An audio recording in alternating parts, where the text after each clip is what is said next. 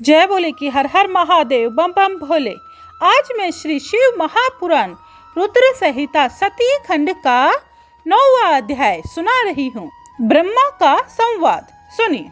ब्रह्मा जी बोले, काम ने प्राणियों को मोहित करने वाला अपना प्रभाव फैलाया। वसंत ने भी उसका साथ दिया। रति के साथ कामदेव ने शिवजी को मोहित करने के लिए अनेक प्रकार के यत्न किए, जिससे सब जीव मोहित हो गए, परंतु शिवजी सहित शिवजी वश में न आए। उनके सारे प्रयत्न कर्म व्यर्थ हो गए। तब उसने उदास भाव से मेरे पास आ प्रणाम कर मुझसे कहा कि ब्राह्मण, मैं शंभु को मोहने योग्य नहीं हूँ और किसी की शक्ति नहीं है कि जो उन्हें मोहित कर सके। उनकी बात सुनकर मैं चिंता मगन में हो गया और बड़े दुख की श्वास लेने लगा। उससे बहुत ही भयानक बलिगण प्रकट हो गए। इन्होंने कोलाहल कर असंख्यों की संख्या में पटह अनेकों वाद्यों का बजाना और मारो काटो का शब्द करना आरंभ किया और मुझे भी मारने दौड़े। तब वहां मेरे सम्मुख स्थित काम ने उनको कहां से उत्पन्न कर दिया, इनका क्या काम है और ये कहां रहेंगे, न हो तो इसको मेरे हवाले कीजिए। यह सुनकर मुझे ब्रह्मा ने उन्हें कर्म में नियुक्त कर दिया और काम से कहा कि ये उत्पन्न होते ही मारे मारे करने लगे। ऐसे इनका नाम मार हुआ। काम, ये सर्वदा तुम्हारे यशवर्ती रहेंगे। मेरा वचन सुनकर रति और काम कुछ प्रसन्न हुए। तब मैंने उनसे कहा कि अब तुम फिर शिवजी को मोहित करने के लिए जाओ। काम ने कहा, मैं आपकी आज्ञा को अपना गौरव समझकर जाऊंगा, किंतु यह निश्चित है कि उनको मोह नहीं होगा और मुझे भय है कि कहीं वे मेरे शरीर को भस्म न कर दें। यह कहकर काम अपने बसंत, रति और मारगणों को साथ लेकर शिवजी के स्थानों में गया और उन्हें मोहित करने के लिए बहुत से उपाय किए, किंतु वे परमात्मा शिव मोहित न हुए।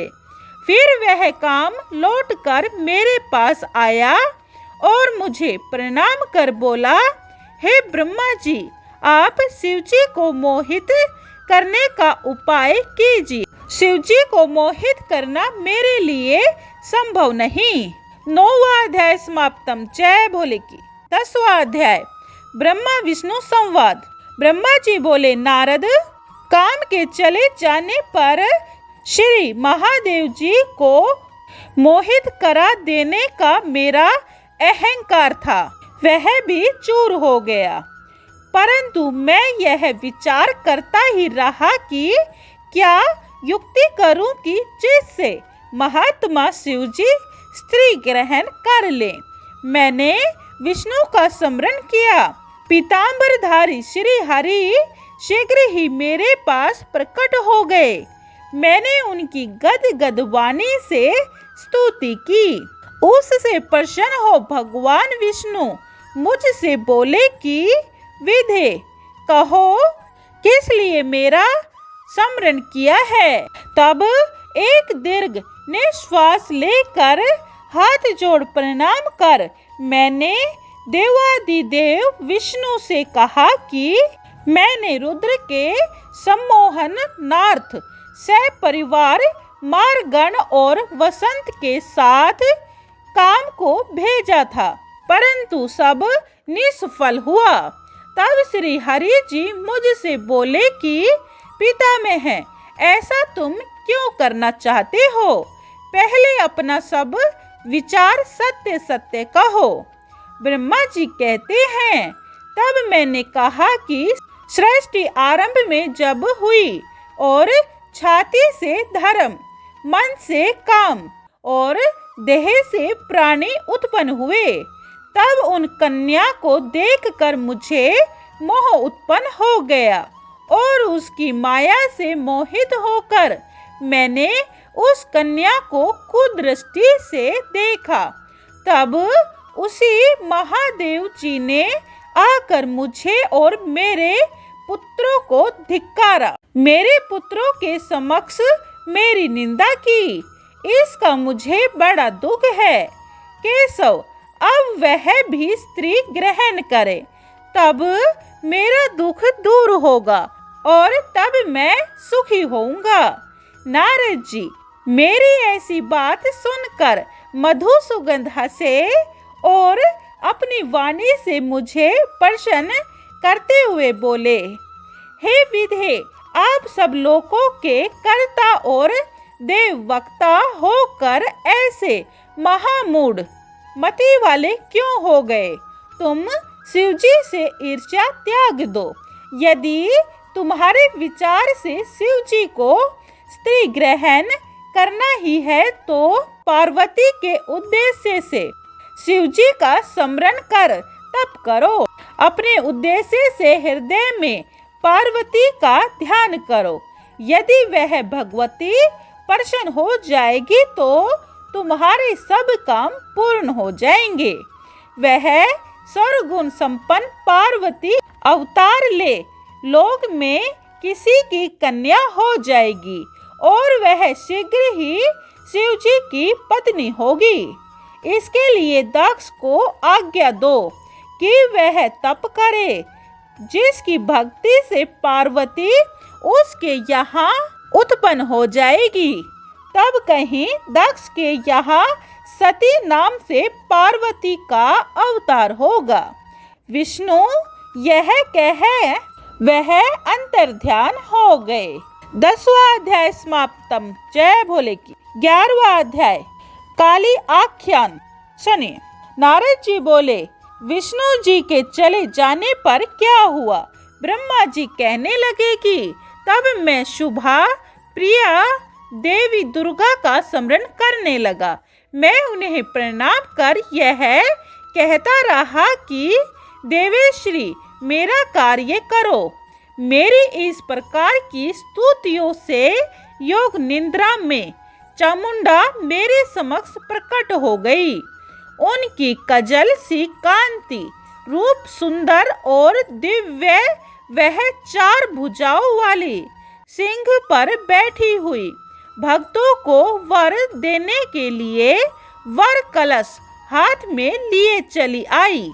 जब शिवजी रुद्र नाम से योगी हो कैलाश पर रहने लगे, निर्विकारिणी निर्विकल्प और समाधि लगाकर तपस्या में लीन है। पत्नीहीन होकर भी विवाह नहीं करना चाहते। अतः जैसे भी हो आप उन्हें मोहित कीजिए। आप ही दक्ष की कन्या बनकर उन्हें मोहित कर उनकी पत्नी बने। स्त्री के कारण ही तो शिवजी ने मेरी निंदा की। अब मैं देखना चाहता हूँ कि वे स्वयं ही कैसे स्त्री ग्रहण करेंगे। तुमको छोड़ क्या हमारे विष्णु आदि किसी में भी उनको मोहने की शक्ति नहीं है।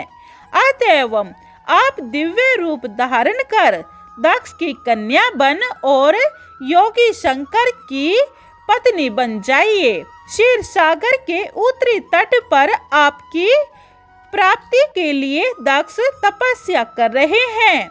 ब्रह्मा जी कहते हैं कि शिव मोहने का भाव आ गया और इसके लिए तुम मुझसे वह चाहते हो। भला निर्विकल्प शंकर को मोहने से तुझको क्या लाभ होगा? मैं तो सदैव उनकी दासी हूँ। उन्होंने तो भक्तों का उद्धार करने के लिए रुद्र रूप धारण किया है। ब्रह्मा जी कहते हैं, हे नारद, ऐसा विचार कर देवी ने मन में शिव का स्मरण किया। फिर शिव जी की आज्ञा पाकर कहा। दुर्गा बोली, ब्राह्मण, तुम्हारा कथन सत्य है। शिव जी को मोहने वाला कोई नहीं है। मैं भी इतनी शक्ति नहीं रखती। मैं इसका प्रयत्न अवश्य करूंगी कि जैसे शिव जी मोहित हो, स्वयं भी विवाह कर लेवे। मैं सती का रूप धारण कर शिव जी की आज्ञा अनुवर्तनी हो जाऊंगी। ऐसा कहकर जगदम्बिका शिवा अंतर्ध्यान हो गई। 11वां अध्याय समाप्तम। जय भोले की। 12वां अध्याय दक्ष द्वारा देवी आराधना। सुनिए। नारद जी बोले, देवी दक्ष कन्या कैसे हुई? ब्रह्मा बोले, नारद व्रती ने दृढ़ता से 3000 दिव्य वर्ष तक नियम पूर्वक तप किया। तब दक्ष को जगदम्बा का प्रत्यक्ष दर्शन हुआ। वे कृतार्थ हो गए। उन्हें शिवा का दर्शन हुआ। शिवा दक्ष के मनोरथों को पहले से ही जानती थी। उन्होंने दक्ष से वर मांगने को कहा। दक्ष ने देवी से कहा कि मेरे पूर्णावर्ती स्वामी शंकर ने रुद्र नाम से ब्रह्मा के पुत्र रूप में अवतार लिया है और तुम्हारा अवतार नहीं हुआ है। तब शिवजी की पत्नी कौन हो? तुम ही उनको मोहित कर उनकी पत्नी बनो। स्वार्थी ब्रह्मा ने मुझे भेजा है। तब जगदम्बा ने दक्ष को यह वर दिया कि मैं तुम्हारी पुत्री के रूप में उत्पन्न हो जाऊंगी और कठिन तप कर शिवजी की पत्नी बनूंगी। दक्ष को ऐसा वर देकर देवी अंतर्ध्यान हो गई। दक्ष अपने घर गए।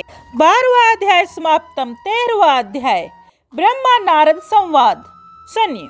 ब्रह्मा जी बोले, नारद, दक्ष ने घर जाकर बहुत सी मानसी सृष्टि की, परंतु जब उनमें विकास न हुआ तब उन्होंने मुझसे पूछा तो मैंने उपाय बतला दिया। दक्ष ने पंचजन से उत्पन्न कन्या को अपनी पत्नी बनाया। मेरे पुत्र मैथुन धर्म स्वीकार किया। फिर विरनी की कन्या से विवाह किया, जिस विरनी से उन्होंने हर्षस्व नाम वाले 10,000 पुत्र उत्पन्न किए। उन पुत्रों से उन्होंने दक्ष ने सृष्टि बढ़ाने को कहा। वे पुत्र सृष्टि की चिंता में पूर्व दिशा की ओर समुद्र पर तप करने चले गए, परंतु नारद तुमने प्रकट होकर बहका दिया। वे प्रभु भक्ति त्याग निर्वृत्ति को उपासक बन गए। तब दक्ष ने पंचजन्या से 16,000 नामक 1000 पुत्र उत्पन्न किए और वे भी अपने पूर्व भाइयों के ही अनुवर्ती हुए। दक्ष फिर पुत्रों के घर न लौटने से दुखी हुए।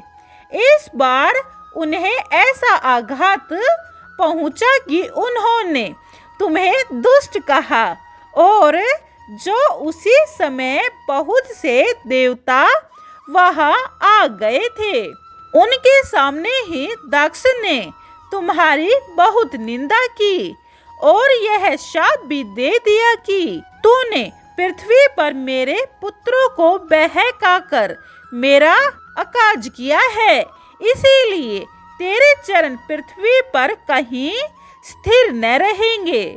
हे मुनि, तुमने निर्मल मन से उस शाप को ग्रहण कर लिया। 13वां अध्याय समाप्तम। जय भोले की। हर हर महादेव। बम बम भोले। 14वां अध्याय अगली वीडियो में सुने। अगर आपको श्री शिव महापुराण कथा अच्छी लगी हो तो लाइक, शेयर और सब्सक्राइब जरूर करें। जय भोले की। हर हर महादेव। बम बम भोले।